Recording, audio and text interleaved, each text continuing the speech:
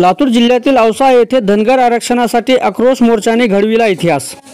भारतीय राज्यघटनेनुसार धनगर समाजाच्या अनुसूचित जमातीच्या यादीमध्ये अनुक्रमांक 36 नुसार समावेश असताना सुद्धा राजकीय पक्षाच्या नाकर्तेपणामुळे व दुर्लक्षपणामुळे स्वातंत्र्याच्या 60-65 वर्षापासून धनगर समाज अनुसूचित जमातीच्या प्रमाणपत्रापासून वंचित आहे।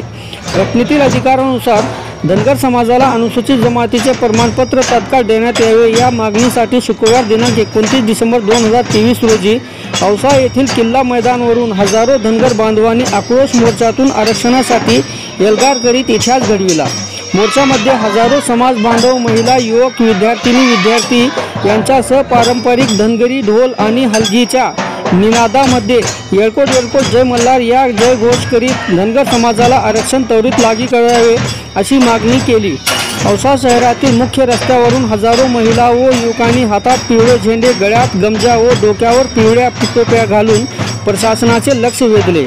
सकल धनगर समाजाच्या वतीने आयोजित या मोर्चामध्ये धनगर समाजाला अनुसूचित जमातीचे प्रमाणपत्र तात्काळ देण्यात यावे, समाजाच्या आर्थिक, शैक्षणिक व सामाजिक मागासलेपण दूर करण्यासाठी विविध महामंडळाला 1000 कोटी रुपयांची आर्थिक तरतूद करावी, मेंढपाळ बांधवावरील हल्ले थांबवून मेंढ्या चारण्यासाठी गायरान वनीकरणामध्ये मोफत परवाने द्यावेत, धनगर समाजातील विद्यार्थ्यांना वसतिगृहामध्ये मोफत राहण्याची सुविधा उपलब्ध करावी या मागणीचे निवेदन नायब तहसीलदार दत्ता कांबळे यांच्याकडे शालेय विद्यार्थ्यांच्या वतीने देण्यात आले।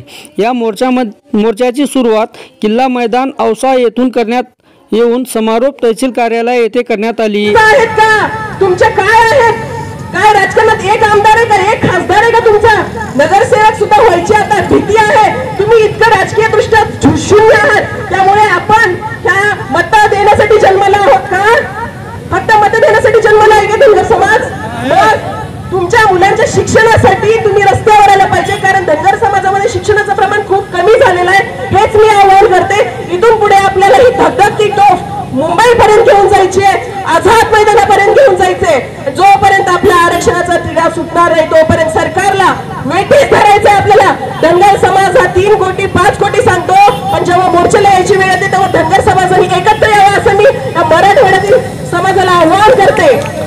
मराठवाडा ही क्रांतिकारी भूमी आहे मित्रांनो। अहिल्यादेवी होळकरांचा आजोळ चोराखडी आहे। ते चोराखडी मैदान घराण्याचे सर्व शूरदार सरदार माझ्या पाठीशी थांबलेले आहेत। मला अभिमान वाटतो, मी अहिल्यादेवीच्या माहेरच्या चोराखडी या पावनभूमीच्या संबंधित आहे आणि त्याच्यामुळे मला या आपल्या उत्साहात झोपेचं सोंग घेऊ नका जोपर्यंत आमच्या समाजाला रमेश पुलेची आवती जाऊ द्यायची नाही साधी।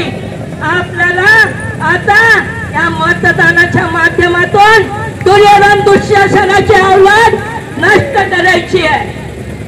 मला साथ देणार की नाही? Very good, very good. धनगराच्या नसात मेंढीचं दूध आहे, हे वावगं नाही। मी सांगेन जे बाळासाहेब तोडतुल्ले, अण्णाराव पाटील लातूरचे यांनी आजपर्यंत समाजाला न्याय दिला। मी एक सांगेन, परवाला 2ऱ्या दिवशी मला भाषणाला जायचं होतं मनोज जरंगेंच्या। मला ड्रायव्हर नव्हता, अण्णाराव पाटलानं गाडी दिली, मला ड्रायव्हर दिला। बोला अण्णाराव पाटील तुम आगे बढ़ो, अण्णाराव पाटील तुम आगे बढ़ो।